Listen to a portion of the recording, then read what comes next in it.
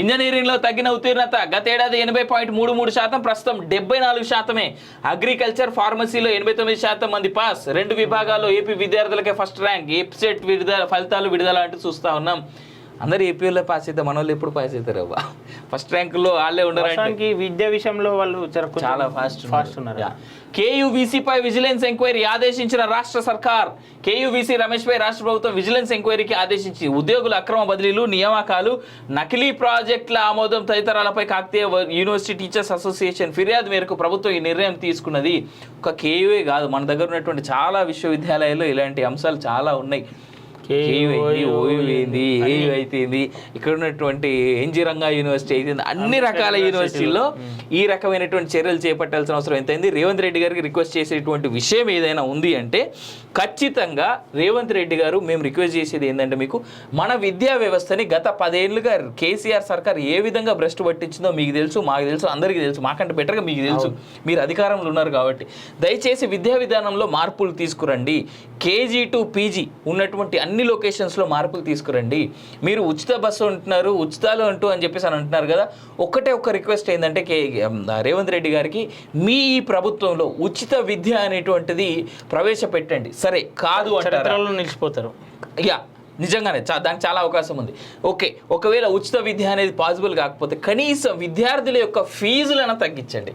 ఇలా 1వ తరగతి 2వ తరగతి పోయేటువంటి పిల్లలకు కూడా పేరెంట్స్ లక్షల్లో ఫీజులు కడుతున్నటువంటి సంఘటనలు మనం చూస్తూ ఉన్నాం. నా ఫ్రెండ్సే చాలా మంది ఉన్నారు. అదే కాకుండా కనీసం దాన్ని కొన్ని వేలల్లోకి తీసుకురండి. 1వ తరగతి 2వ తరగతి మధ్య తరగతి కుటుంబీకుడు చదివించుకునే స్కోప్ కనబడతలేదు. పోనీ మధ్యతరగతి వాళ్ళు ఎక్కడైనా స్కూళ్ళకు పంపించి చదివించుకుందామంటే గవర్నమెంట్ స్కూల్లో టీచర్స్ స్టాఫ్ లేదు సరిగ్గా. అట్లీస్ట్ దాన్ని కూడా పెంచండి.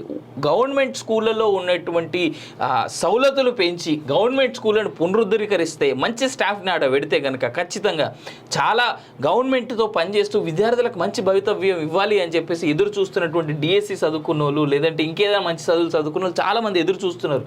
పోస్టులు రాక, పోస్టింగులు లేక. బెండపూడి వైపు అంటే స్టడీ విషయంలో డెవలప్ అయితే ఒకనొక సందర్భంలో దేశం మొత్తం ఆంధ్ర వైపు చూసింది. డెఫినెట్గా అట్లా చరిత్ర మళ్ళీ తెలంగాణలో కూడా తిరగరా ఆస్కారం ఉంది. రేవంత్ రెడ్డి గారు, మన రాష్ట్రం చాలా అత్యున్నతంగా, చాలా అద్భుతంగా డబ్బులు చేసేటువంటి రాష్ట్రం. ఇలా భారతదేశానికి 3 ఇన్కమ్ క్యాపిటల్స్ ఉన్నాయి, లేదా ఎకనామిక్ క్యాపిటల్స్ ఉన్నాయి. బెంగళూరు, ముంబై, తర్వాత హైదరాబాదే ఉంది. ఇన్ఫ్యాక్ట్ ఫస్ట్ ముంబై వస్తే తర్వాత బెంగళూరు, తర్వాత హైదరాబాద్ వస్తుంది. ఇవాళ హైదరాబాద్ బెంగళూరు, ముంబైతో పోటీ పడుతోంది. ఫైనాన్షియల్ క్యాపిటల్గా రేపో మాపో మీరు కరెక్ట్గా చర్యలు తీసుకుంటే ముంబైని దాటి హైదరాబాద్, మనకి సీ పోర్ట్ నుంచి ఇన్కమ్ లేకపోయినప్పటికీ కూడా ఇవాళ 3వ స్థానంలో భారతదేశం నిలబడింది. అంటే ఈ భారతదేశం ఖచ్చితంగా ఈ హైదరాబాద్ నిలబడింది అంటే ఫినాన్షియల్ క్యాపిటల్గా ముంబైకి ఏదో నాడు పోటీ వచ్చి ఫస్ట్ ప్లేస్ ఆఫ్ ఇన్కమ్ క్యాపిటల్గా లేదా ఎకనామిక్ క్యాపిటల్గా భారతదేశంలో హైదరాబాద్ నిలబడేందుకు ఎంతో అవకాశం ఉంది, ఆస్కారం ఉంది. రేవంత్ రెడ్డి గారు, కాంగ్రెస్ ప్రభుత్వం ఖచ్చితంగా చర్యలు తీసుకొని ఈ వైపుగా అడుగులేస్తే ఎట్టి పరిస్థితుల్లో ఈ భారతదేశంలో హైదరాబాద్ అనేటువంటిది నెంబర్ 1 ఫినాన్షియల్ క్యాపిటల్గా ఎదిగేందుకు చాలా ఆస్కారం ఉంది. లేదా అట్లీస్ట్ బెంగళూరును దాటి సెకండ్ ప్లేస్లో ఫినాన్షియల్ క్యాపిటల్గా ఎదిగేందుకు చాలా ఆస్కారం ఉంది. సో ఈ వైపుగా ఎడ్యుకేషన్లో కనుక మీరు సమూలమైనటువంటి మార్పులు తీసుకురాగలిగితే రేవంత్ రెడ్డి గారు, ఈ కాంగ్రెస్ ప్రభుత్వం ఖచ్చితంగా భారతదేశంలో ఫినాన్షియల్ క్యాపిటల్గా నెంబర్ 2 పొజిషన్లో హైదరాబాద్ ఉండేందుకు ఎంతో ఆస్కారం అయితే ఖచ్చితంగా ఉన్నది. దీన్ని గమనించి ఆ వైపుగా అడుగులేస్తే, ఎడ్యుకేషన్ రంగాన్ని చాలా ప్రాపర్గా ముందుకు తీసుకెళ్ళి ఆ వైపుగా కనుక అడుగులేస్తే ఇది ఖచ్చితంగా భారతదేశంలో ప్లస్ అలాగే ప్రపంచం కూడా ఓ వైపుగా తిరిగి చూసేందుకు చాలా ఆస్కారాలు ఉంటాయి.